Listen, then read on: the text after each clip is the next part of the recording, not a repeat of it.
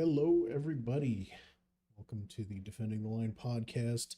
I'm your host, TJ, and we are in episode 2 of season 2. Um, really, it's just year 2 and episode 2.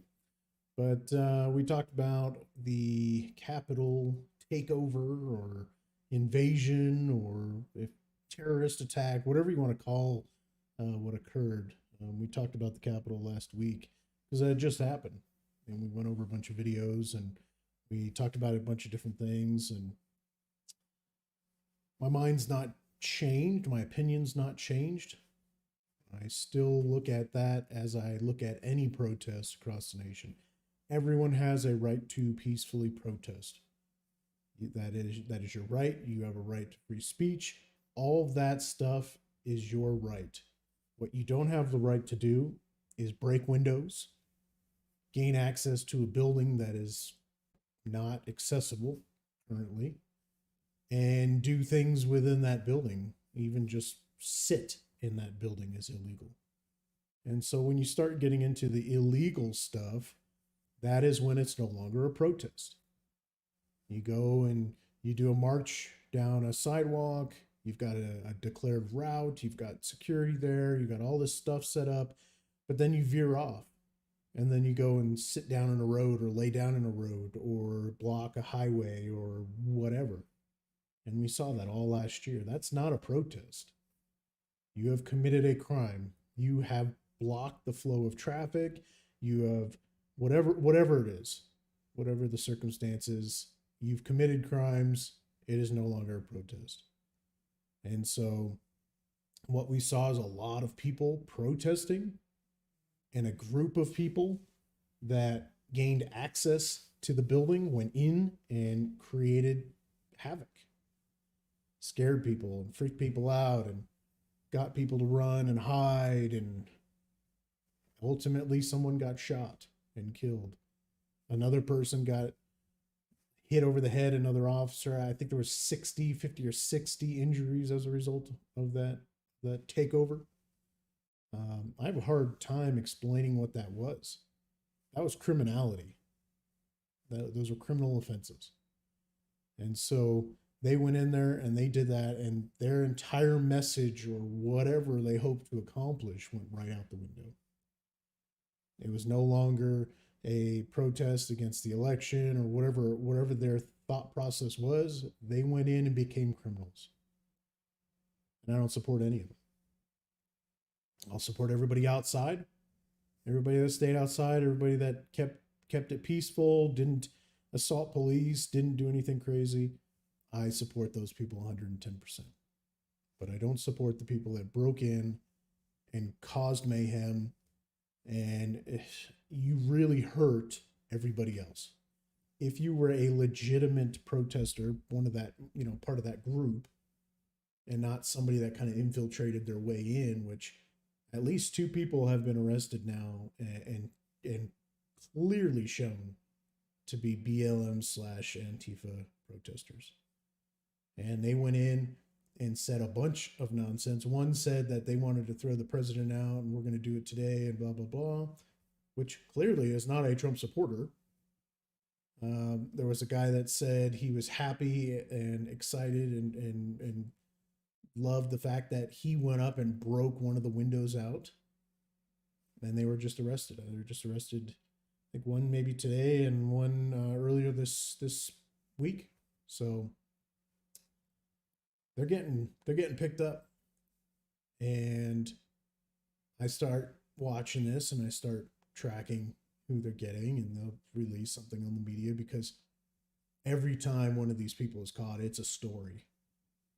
The last 9 months, we've had rioting daily in Portland, Seattle, Minneapolis, everywhere.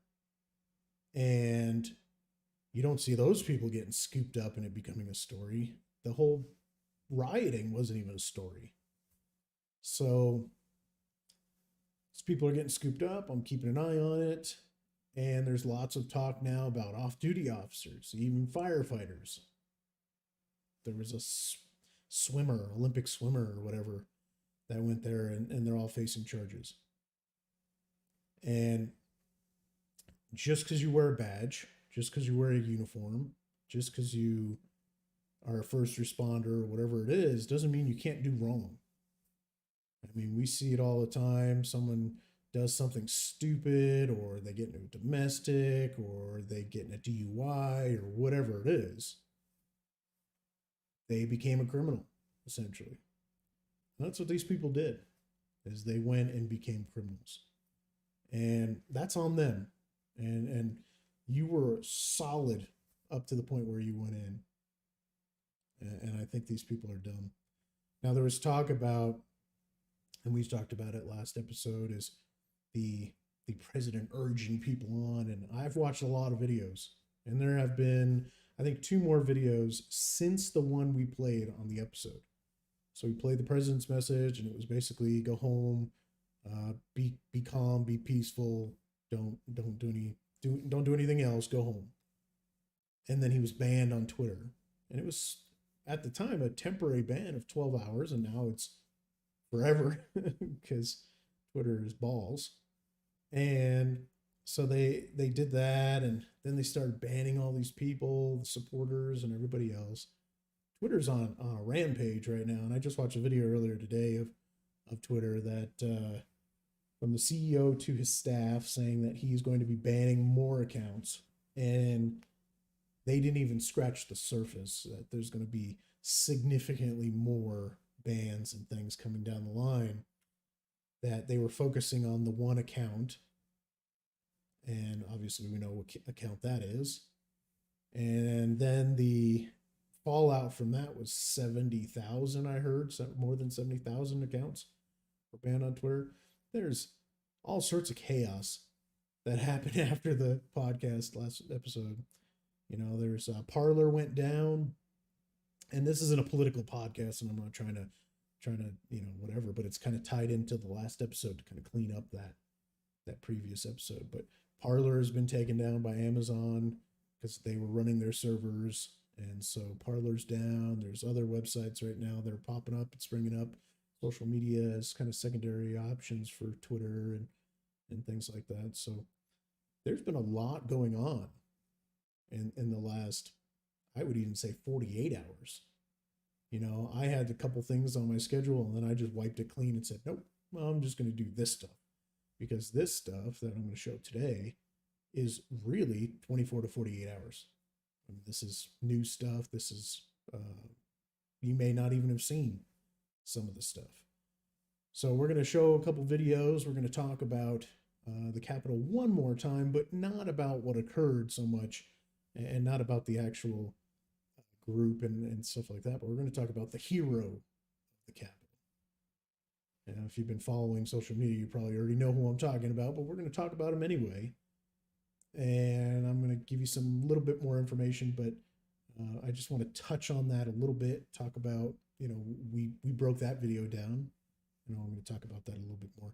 I'm also going to talk about qualified immunity. That's going to be the big topic for this episode. There are some people out there, some really ignorant people that have no idea what qualified immunity is. They believe it to be something else, and they run with it. Now, when I say ignorant, that's what I mean. I mean the fact that you have no idea, but you still run with it anyway. There are people that are just not knowledgeable. They hear one thing and they think, oh, okay, that must be what it is. And then they just go through life. But if they take it and they run with it, and they try and create campaigns and they do all sorts of things with it, that's ignorance. And I will call out the ignorance on this podcast where I see it. And we will do just that. If we have a little bit more time, there's a recent video that just came out. It was posted up on Police One. It is an officer in a mental health situation with you know, a person that they had gotten called to the house on, and he ultimately gets stabbed. It's a very quick, like 5-second clip video, but it shows the dangers of kind of what law enforcement and even paramedics and firefighters go through as well. We had an incident not long ago last year where the firefighters went to a scene. The guy was on meth or whatever he was. He was out, and they brought him back to consciousness, and he pulled a gun and he started shooting and he killed, I think he killed a firefighter and he shot a couple people before he got shot by the police officer. And so these people, whether it be on drugs or off drugs, having a mental health episode, this is a dangerous situation for law enforcement. To send a social worker in is asinine. Now, if you want to send a social worker behind the police officer and have them go hand in hand, tandem, I'm in support of that.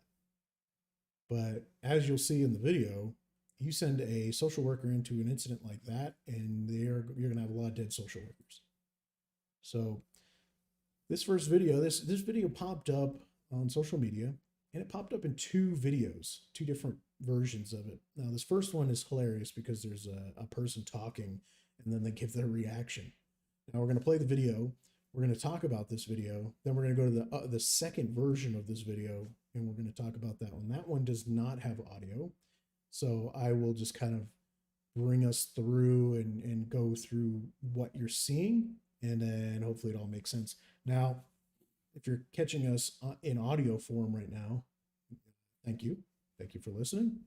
You do miss out a little bit on the video stuff, and if I could take this podcast, and if the podcast blew up and it had a million viewers and subscribers and all sorts of things, I would still want it to be more of a video podcast than audio. So if you listen, that's great. I appreciate it. Thank you for listening.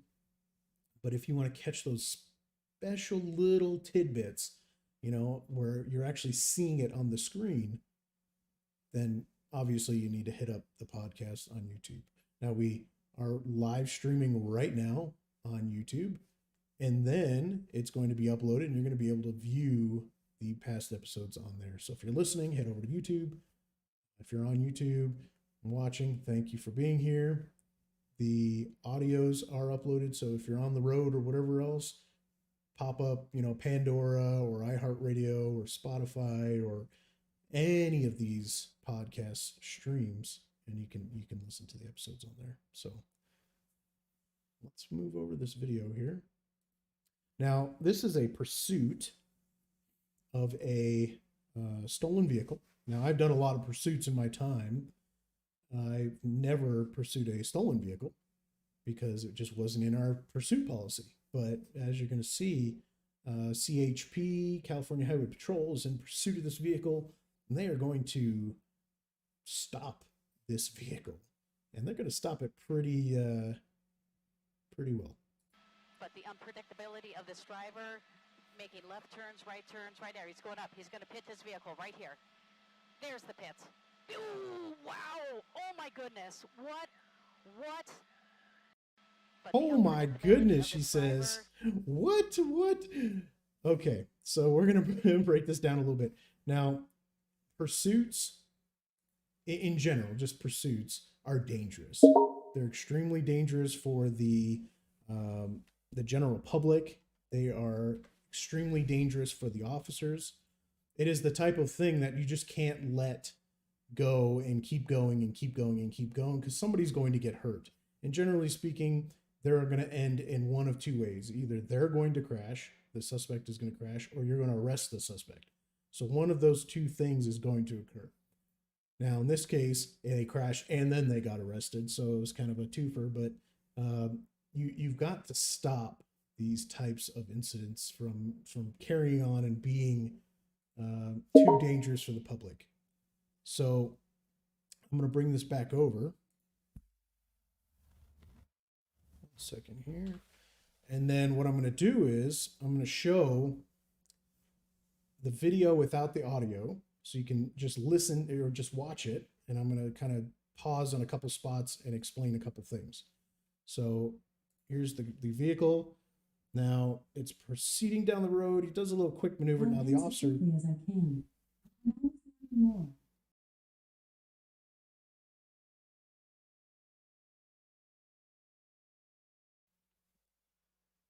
Okay, so the vehicle, you'll see this kind of white truck on the left here. It's kind of pulled off to the side of the road, which is cool.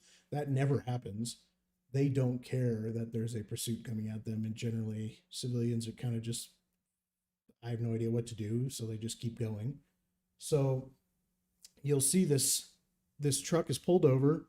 The other red truck is trying to get out of the way, which is also quite impressive because that never happened.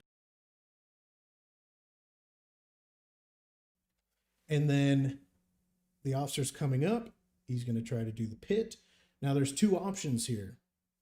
Just from this point right here, you can pit to the right or you can pit to the left. Now, generally speaking, you want to pit away from danger. So if, let's say, the dump truck or whatever that is, trash truck, and the red vehicle were not there, it'd probably be safer to pit to the right. Whereas if there was no vehicles on the left and no vehicles coming down the road, you might want to pit to the left. Sometimes you don't have the option and it's just you've got to react. So in this particular case, I'm not sure if this officer looked ahead and saw it was clear, but it was a balls move to pit right where these two vehicles are. So now we've pit this vehicle. He's almost hitting the back of this car. I couldn't really tell from this video if he did in fact hit it. The guy kind of pulls off to the right and he jams his brakes, like almost reacting like he got hit, but I'm not entirely sure if he did. Now, this vehicle has enough momentum that it just carries past this kind of truck with the trailer thing. And that's lucky because it could have veered off just to the left like it's doing right now and T-boned this guy. Another thing, when you're doing a pit maneuver, you want to make sure that the vehicles are slow enough so that we don't have a violent reaction. Now, I'm looking at these cars going, they don't look like they're going very fast, maybe 40 at most, 35. I mean, they're going pretty slow. But this truck tries to overcorrect, tries to correct himself. I think you can even see it in the video. Let's back it up here real quick. So he's getting pit here, and he's trying to overcorrect and fix himself, and it's not happening. You can see the tire is turned, so he's trying to overcorrect, and he screwed up. Instead of, if he had gone and just pulled to the left, he might not have rolled. Maybe. It's possible. So he rolls it. And I mean, he takes out that pole right there, that little sign. He takes out that fence. Like kind of crappy fence. It's not really a fence. And he rolls. He rolls a good, 4 times? At least. Boom, boom, boom, boom. And then it comes to a rest. Okay.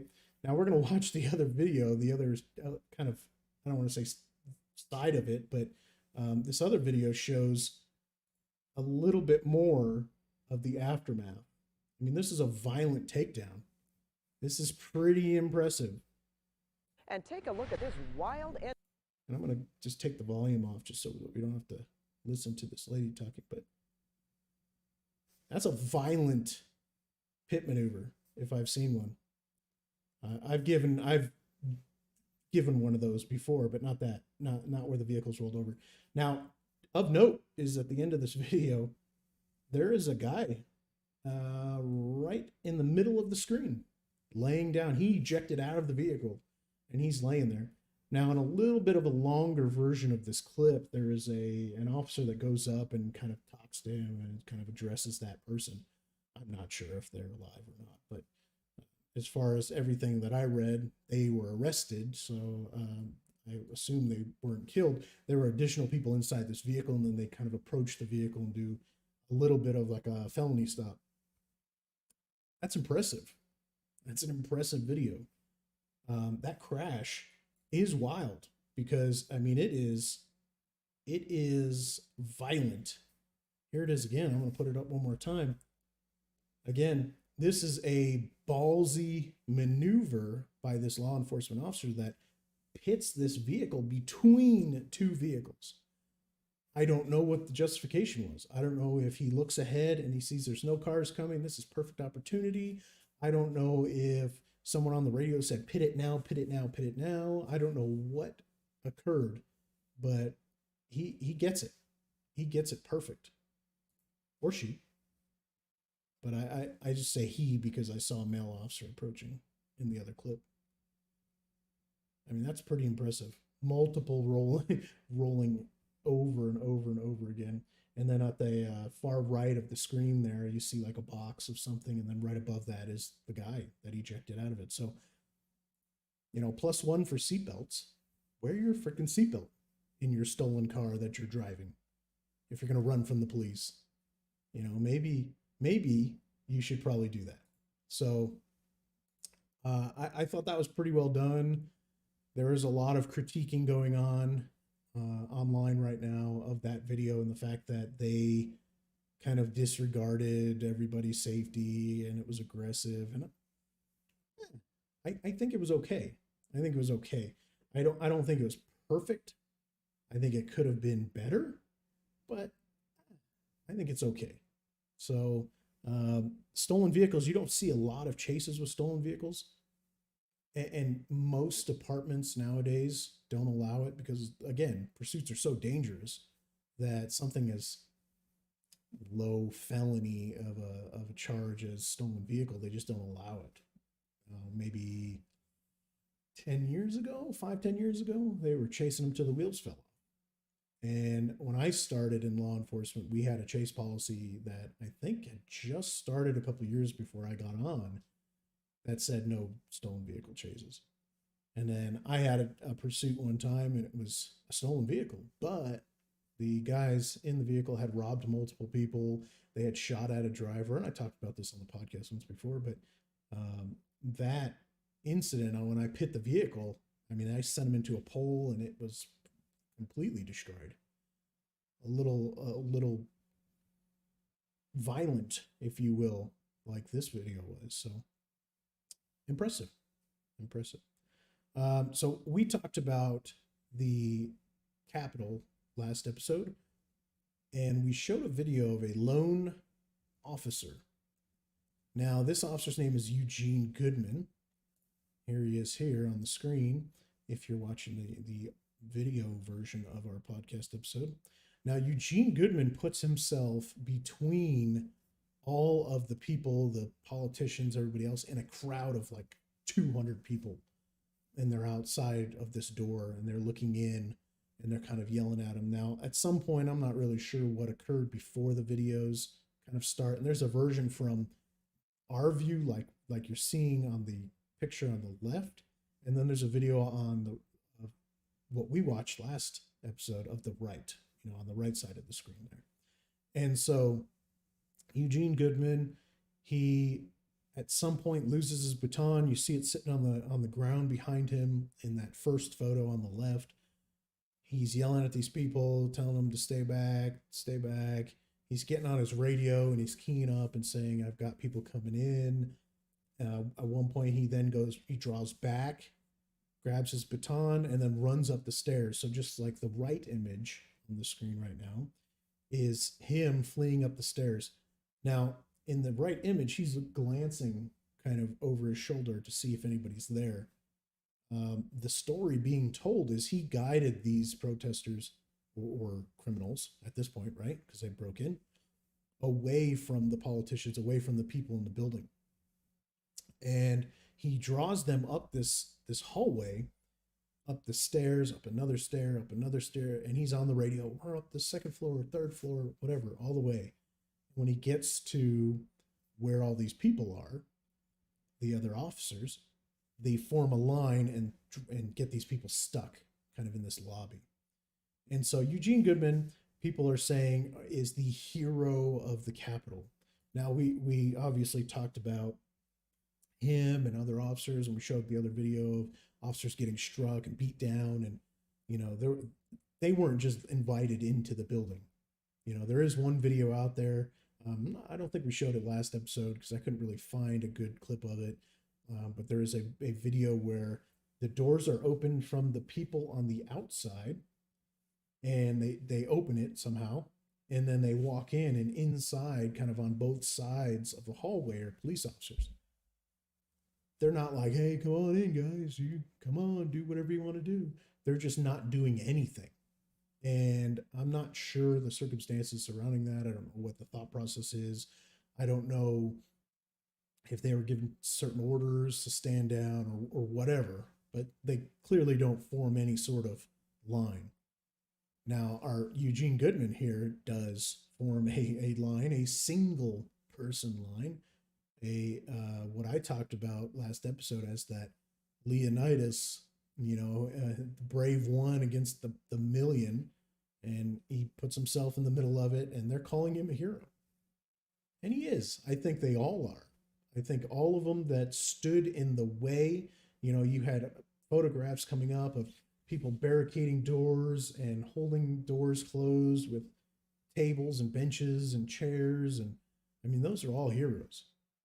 Who knows what would have occurred. And we even showed the photo last episode of the guy he's holding all the zip ties in his hand. Now, what the hell are you going to do with zip ties? Either you're going to zip tie some doors together, like the handles together so people can't come or go, or you're doing something worse, like grabbing a person and zip tying them. There was no good thing to do with a zip tie at that point. So Eugene Goodman, class act. Now, we even learned more that he is a military veteran. He was in the U.S. Army. And so they're showing all his photographs. They're talking about him on the news now. And I thought it was pretty interesting that they go one day, literally the day before, hating law enforcement, to the day of or day later, where they're saying, oh, thank goodness for the cops. These politicians, they're like little puppeteers, and they've got the strings and they've got you wrapped up, and they're just playing a little game.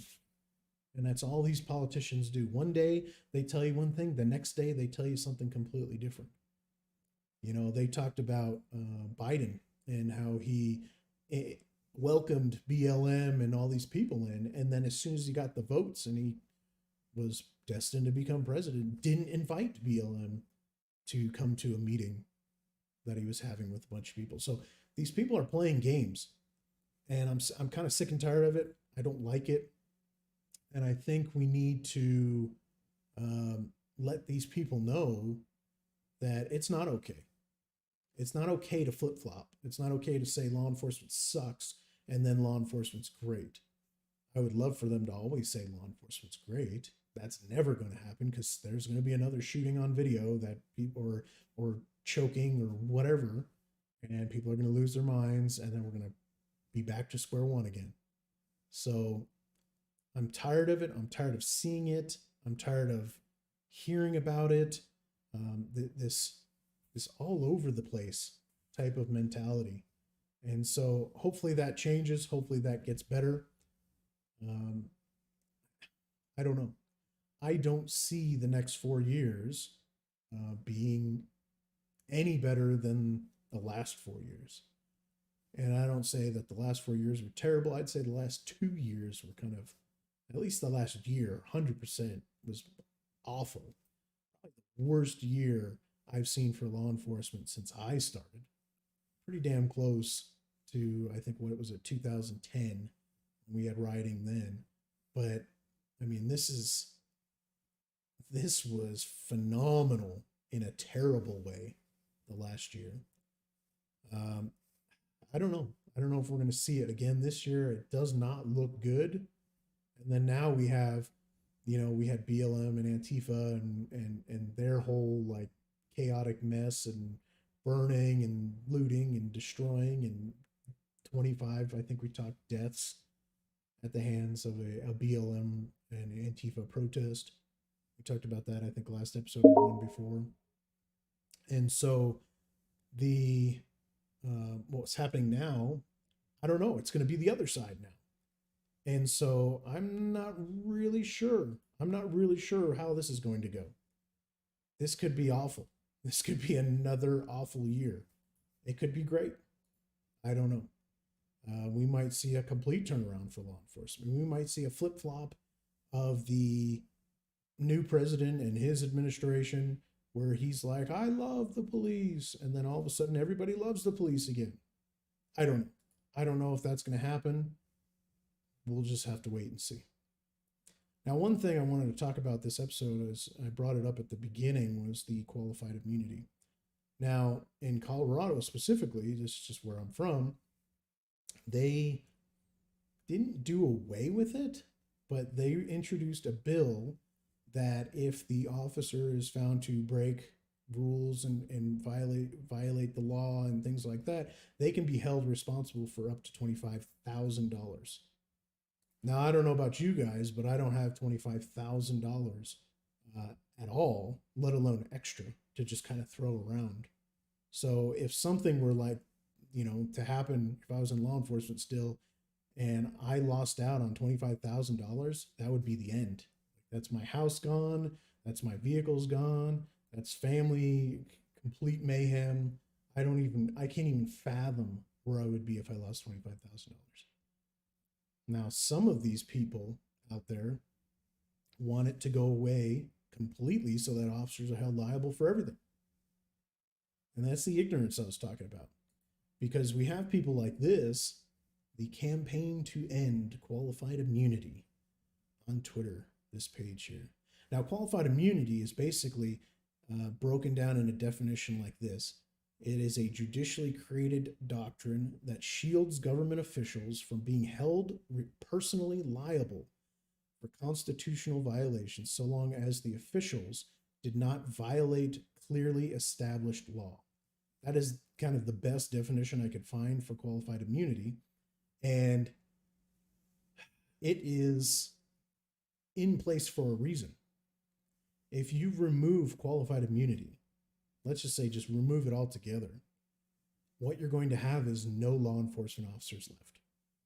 Or you're going to have some weird insurance system like they have now in Colorado with a lot of law enforcement agencies that they are now covered for that $25,000 under an insurance policy. I think that's asinine. I think that's kind of going and creating a bigger problem than is needed, because then you're going to have guys who legitimately break the law or legitimately violate rights, and now they're covered by an insurance, and then the people are going to be like, what the hell, why aren't they covered under everything, paying up for everything? It's not a system that was created to protect police in the sense. It's not a system that is there to remove the bad cops' responsibility. Like they say on this page here, love the good cops, prosecute the bad cops. Okay. They say they want qualified immunity. Our mission is to end the qualified immunity doctrine so that cops accused of violence can stand trial, face prosecution, be held liable for their actions. That already occurs. If you, as a law enforcement officer, violate city, county, state laws and are found to be criminally liable, then you will go to trial. If you are involved in an officer shooting or some sort of big incident and it goes to a grand jury and they say that it should go to trial, you will go to trial. And what I don't understand is these people seem to think qualified immunity protects law enforcement officers kind of all the way, and that there's no way they could be held responsible. That couldn't be further from the truth, because it does. It's in place to protect the officer from losing their livelihood. But if they commit a crime and they do, they are criminally responsible or constitutionally responsible, they violate the rights of a person, they are held responsible.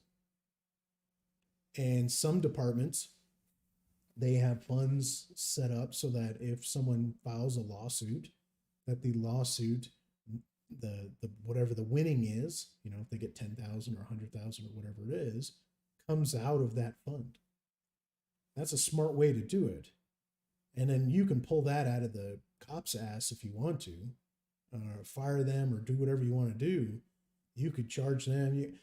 I've never heard of a city, county, or state firing a law enforcement officer, paying up for a lawsuit, and then going after the officer for that money. Although, why can it happen? The qualified immunity only goes so far. It only allows for that non-criminal behavior.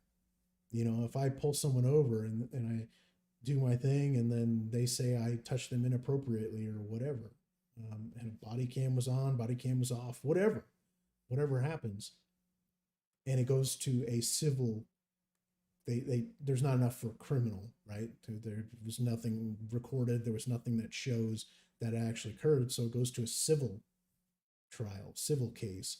The person files a lawsuit against the city, against the officer. In that case, it was, the example was me. And they would then go in, testify, do all this stuff that they do. Let's say they were found, yep, okay, here's $10,000 or whatever. That comes out of the city. People don't, like this, on this Twitter, don't understand what qualified immunity is. It is not there to protect bad cops. It is there to protect good cops from getting completely screwed. Now, I personally experienced at least one lawsuit that was completely frivolous. Two, actually.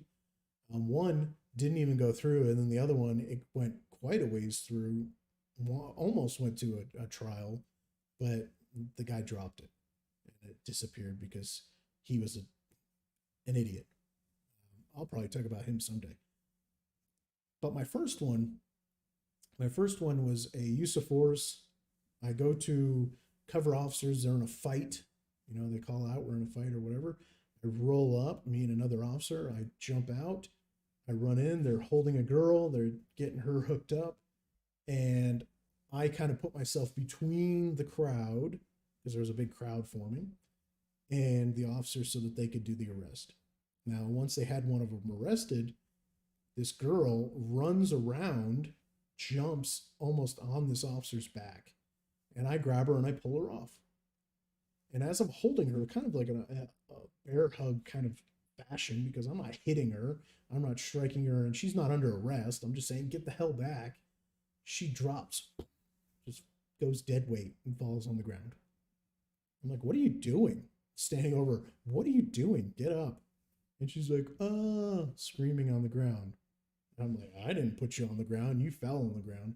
And so anyway, this whole incident goes through an internal affairs investigation because she goes on the news and makes wild claims that she was thrown down, tackled football style or some nonsense. And there were 25 witnesses. These are people that officers, the suspects, and witnesses, all these people, 25 independent people, created statements, and all these statements were compiled. And I was sent a letter that said, you did absolutely nothing wrong, and based on all these findings. And then they listed, like, this person said this and this person said that. So she makes this frivolous, these are before body cameras, by the way. So we just didn't have anything recorded. But at one point I was having my own body camera. This was not that time, although this incident was my justification for getting my own body camera. And I carried one for a little while before the department went to body cameras. But the complaint was so false, so frivolous. It was slanderous. I mean, none of it was true, right? And the attorney got the case. They sent me a letter of intent, or sent the department a letter of intent. And then as soon as they released all that information, another letter came in and said, forget that. This person is not, they don't have a case. We're not going to file this lawsuit after all. But that's where police are at.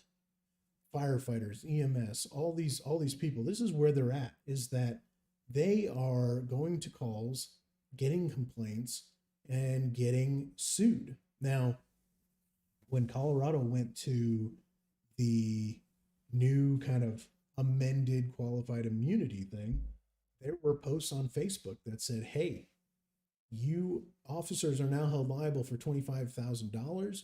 You need to go in and file as many complaints as you can and lawsuits as you can so that we can hit these officers. This whole system, court system and lawsuits and civil system, isn't there to help, it's to punish. And so they were abusing that system. Now you remove qualified immunity, and now you've got hundreds and hundreds of thousands of people now doing that, abusing the whole system. And I don't know what to say. I don't know why we allow it to happen. It needs to stop. And people like this on Twitter don't know what qualified immunity actually is. They still get paid. If the officer does something wrong, let's say something not criminally, kind of a criminal standard, maybe a little violation of rights kind of thing, but if they do something, the person suing is going to get paid.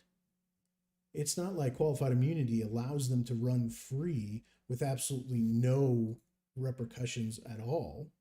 That's not at all how that works. So these people, they just don't understand. And I read through a couple of these posts, and they have no idea what the hell they're talking.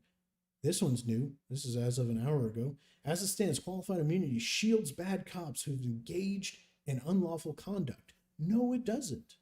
I just said it doesn't. I just spelled that out for you. If there's criminal and an unlawful conduct where they're found at fault, the person is getting paid, the officer is getting fired, or administrative action of some kind, depending on the level of what it is. It says, as a result, countless victims of police brutality have been unable to sue. Incorrect. 100% incorrect. You can literally sue for anything. You can go in and sue the police department because they came and knocked on your door late at night. You felt like it was harassment. You felt like it was a problem. They keep doing it all the time, so you say. So you go and you file a lawsuit. You can literally sue for anything. You buy a hot cup of coffee from Starbucks or McDonald's and you spill a little bit on your lap, you can sue for millions of dollars. Literally for anything. So this person is incorrect. We believe that everybody deserves a chance to fight for their constitutional rights. Yes, they should. But qualified immunity does not remove that ability to fight for your rights. So people like this End Qualified Immunity campaign on Twitter don't understand how this works. Now, me telling them, and I'll be happy to send a clip of this video, of this podcast episode to them and say, hey, here's what I think about your campaign and how incorrect you are. Will they watch it? Probably not. Maybe they'll see, a couple minutes where I'm bashing their whole way of life, and they'll turn it off. These people are never going to listen to me. They're never going to listen to you. They're never going to listen to anybody. These people are ignorant to the facts, to what's going on. Qualified immunity does not protect bad cops. It protects good cops. So if you go out and you do your law enforcement stuff and somebody makes a frivolous complaint and maybe you're in a use of force and the camera goes flying off, and so it's not documented that they elbow you in the face, so you punch them in the face and you break their orbital socket or whatever, and the person goes and files a lawsuit against you, a civil lawsuit against you, the department, the city, the whatever. Nothing says that qualified immunity is going to protect them. You may still get your money. The judge might say, hey, that's pretty excessive. They took a picture of the officer and there was maybe a red mark on their face, but you had a broken eye socket, which can happen from a single punch. And so they rule in favor and you're going to get your money. You're going to get your money. The department is going to get their asses reamed by whoever is in charge. The officer may or may not, depending on the outcome of their internal investigation, may lose their job, may lose their livelihood. And that could be a perfectly good cop that did absolutely nothing wrong, but you went through the system, filed a lawsuit, and, for some odd reason, they decided in your favor, and so that's that. So qualified immunity is not going to protect bad cops. Bad cops are going to weed themselves out with their actions because they're going to get on radars. They're going to be seen. And when they're seen, then they're going to be in the spotlight and be constantly in internal affairs and be investigated for things. Eventually, they get a lot of frivolous complaints. And I would probably say 90%, maybe even more than that, of complaints filed against law enforcement, against firefighters, EMS, whatever, are pretty frivolous. That are some outright lies. And so 90%, they got to weed through the 90% of those complaints and find a good one on that officer to get rid of them. They can't just say, "Oh, you got 8 complaints, so we're just going to get rid of you." You know, just like in the civilian world, an officer is innocent until proven guilty. And in a department, they can say, "You got 8 complaints, so we're just going to put you on a desk, we're going to hide you away somewhere, or put you on paid administrative leave." And now you can't do your work. You can't do your job. All because of someone complained or a group of people complained might not even be true. So, look, these people, they drive me crazy. They drive me crazy. I don't know what else to say. They just don't know what they're talking about. And there's a lot of this, a lot of stuff with uses of force, the riots, the way they were handled, things like that. You have constant people with misinformation and crap they saw on TV and crap they saw online on somebody's post, and they think, "Wow, I know." No, you don't know crap. You don't know anything. You don't know anything till you put on the boots and the uniform and you go out there and you try it yourself. I highly encourage people to go out there and try it. Try it for themselves and see what happens. So this video I'm going to show real quick. Like I said, it is a very short video with no audio. It's an officer that gets attacked. It is the mental health incident. So we're gonna roll through this real quick. So you've got your officers inside. We gotta go, and then up around the shoulder, basically, this lady pulls a knife.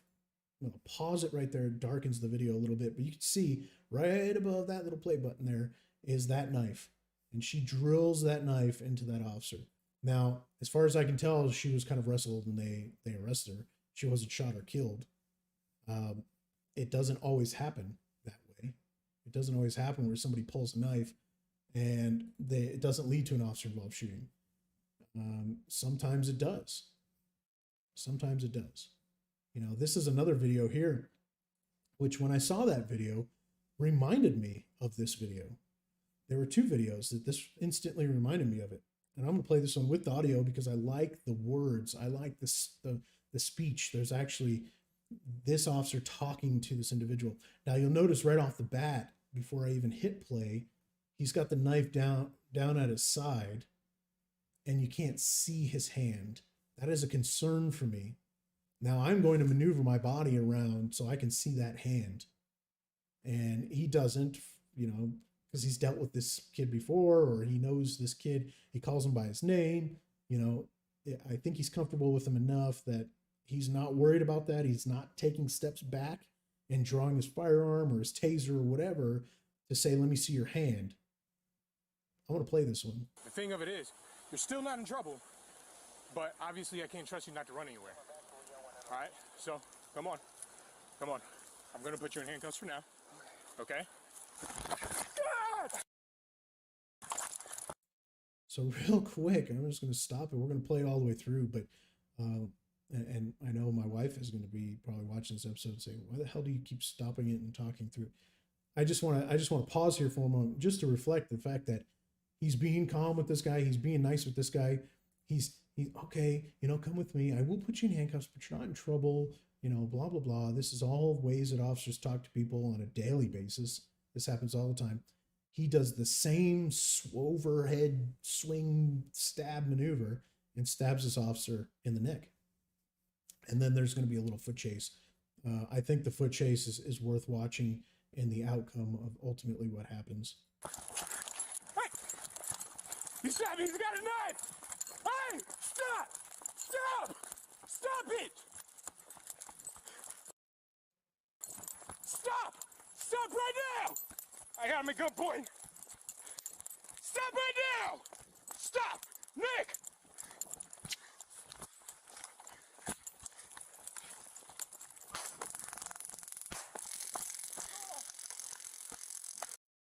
So I'm going to stop it right here. He is lucky there were 2 cartridges in that taser. And the new tasers, they have those double cartridges. Now, you saw a moment. We're going to back up just a little bit, kind of like right here. He's getting on the radio. I assume he was getting on the radio. Kind of a weird, why would you yell that he's got a knife and he stabbed me and he's, I got him at gunpoint. That's just like a weird thing to just scream out. Obviously, I think he's keying up on the radio and talking, but this point right here, he's got a gun aimed at him. Would he have been justified in shooting this guy based on the totality of the circumstances? Probably. He just stabbed the police officer in attempted murder, which, by the way, that previous video, they didn't charge that person with attempted murder. They just charged that person with assault. And that's complete asinine criminal justice system. That is an attempted murder. You're driving a knife, and she had a big steak knife, serrated steak knife, that she drove into the officer's neck. That is attempted murder. Same here. This is attempted murder. Trying to stab this guy in the neck, which, I mean, there is, you hit that artery, done. Done in 30 seconds. 30 seconds, 45 seconds. Now, right here, he's got the gun aimed at him. But I guarantee this officer, this is October of 2020. This officer's going, man, if I shoot this kid in the back, there is going to be a lot of upset people. Now, could he say he's justified in the fact that he just tried to kill him and he may kill someone else? He is a fleeing felon, and a lot of departments have fleeing felon laws. Could he have shot this kid? Sure. I don't know how old he is. Seems like he's 18, 19, somewhere around there. Might have been younger. I used to know the details in this, and I don't anymore. But so he chases this kid down, and he gets him tased. Like I said, it's pretty impressive the fact that he had 2 cartridges, because if the one, he's not going to reload the cartridge on the run. He may try, but he also has his pistol out. His pistol's in his left hand. I also don't recommend having pistol and taser out. He's running after this kid. If he missed the taser, he could wheel around and then stab him again.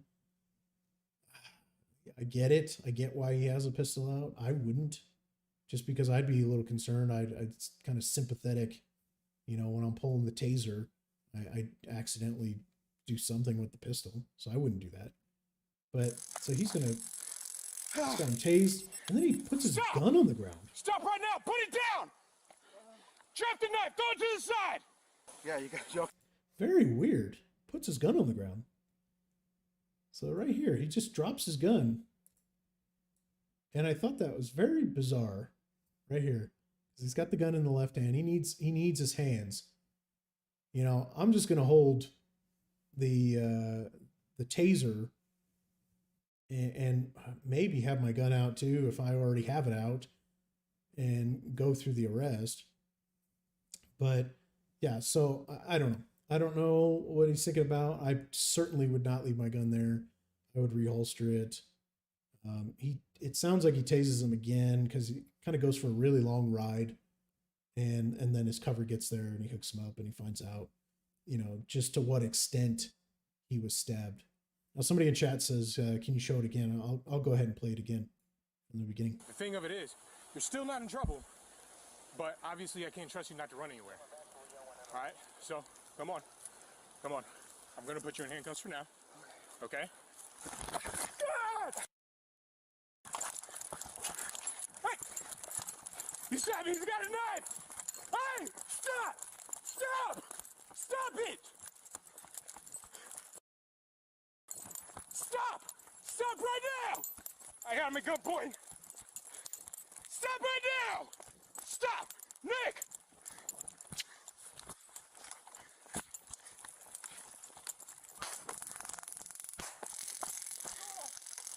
So that played through again just to show the beginning again for chat, but he was so calm, so cool with that guy. And I guarantee the cops in the other video that I showed are probably the same way. Okay, so you got to come with us. You got to go. Because that's how I talk to people too.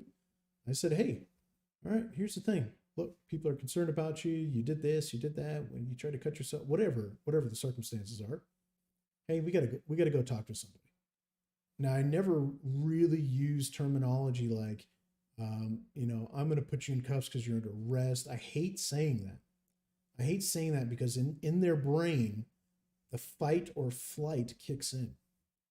And a lot of departments, they'll teach you, okay, you're under arrest, do me a favor, put your hands behind your back. Sometimes even standing off, completely standing away from the person, turn around, put your hands behind your back, face away from me, blah, blah, blah, blah, blah.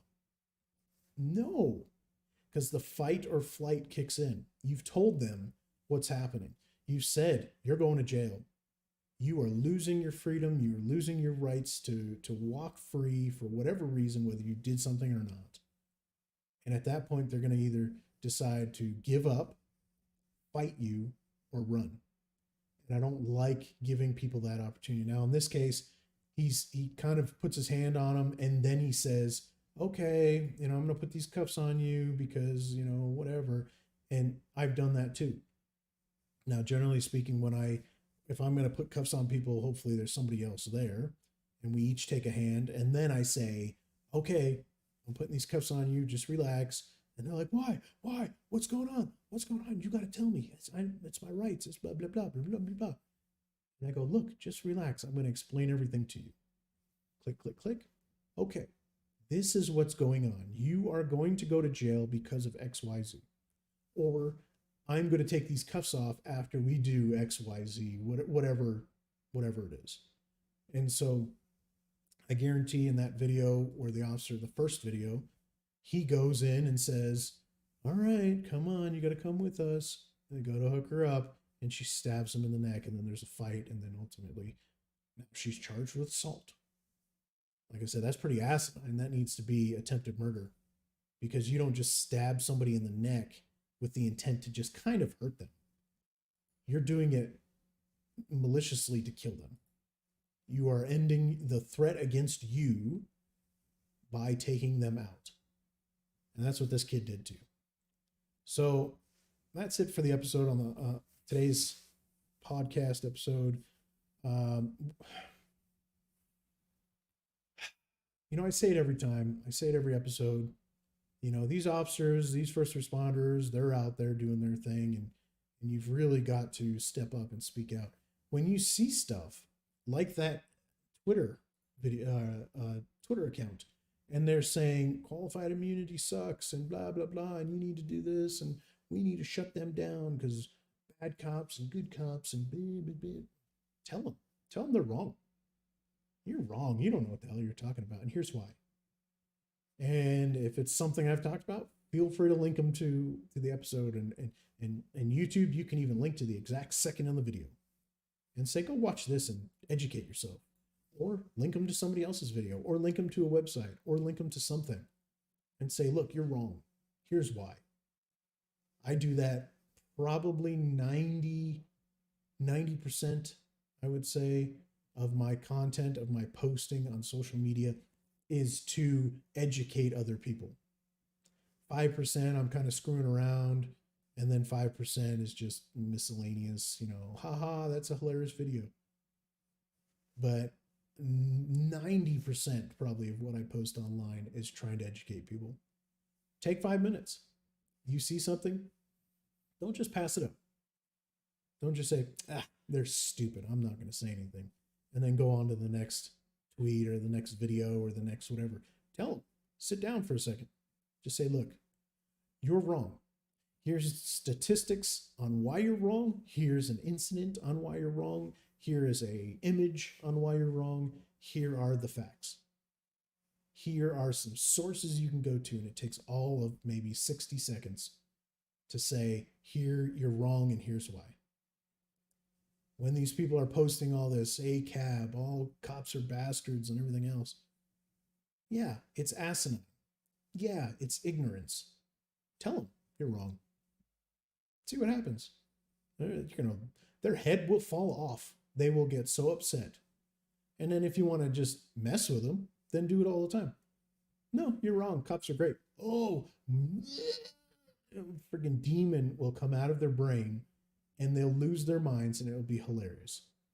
If you want to troll them, if you want to be funny, or if you want to be serious, just educate them. Say, give me one example of when that occurred or when this happened or whatever. Oh, really? Okay, here's 10 incidences where it went the other way. Or here's some statistics that show you're wrong. Get out there, get loud, get involved.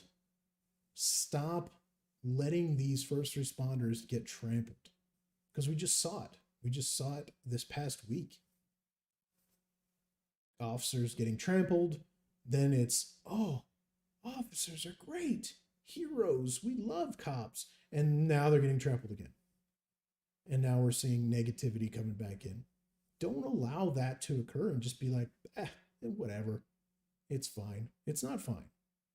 That's why I do this podcast. It's not fine. It's not fine that first responders get treated like crap. They don't deserve it. Am I a little biased because I was a first responder? Sure.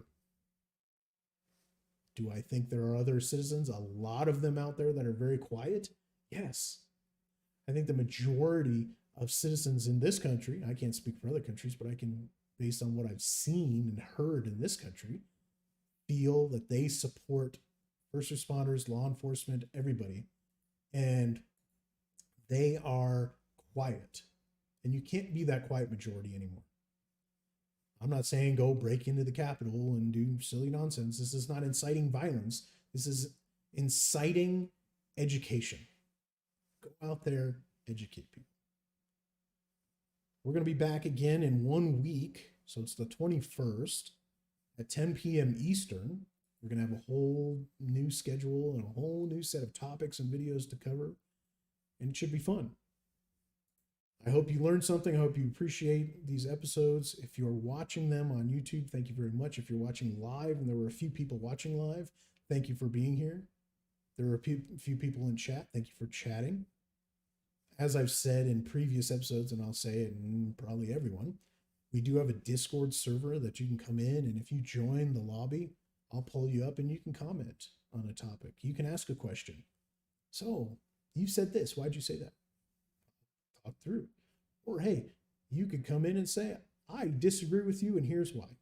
Cool. I will give you 30 seconds to get your point across, and then I will tell you what I think. We may not see eye to eye, but that's cool. That's how that works. So I hope you people come in and interact with this podcast, because it fuels the content and the discussion and gets juices flowing and people thinking about things. If you're watching, great. If you're listening to these episodes, fantastic. Like I said, every single one goes up and they go all over the world and they go all over to all different platforms. I put every single one of them on Anchor, anchor.fm. And then from there, they send them off to Pandora, Spotify, iHeartRadio, all these different places. So thank you for being here. Thank you for hanging out with me. I appreciate you. I appreciate you listening. And as always, we need to defend the people that are defending us. So get out there, make your presence known, let people know that you support first responders and why. Catch you next week. Have a good one.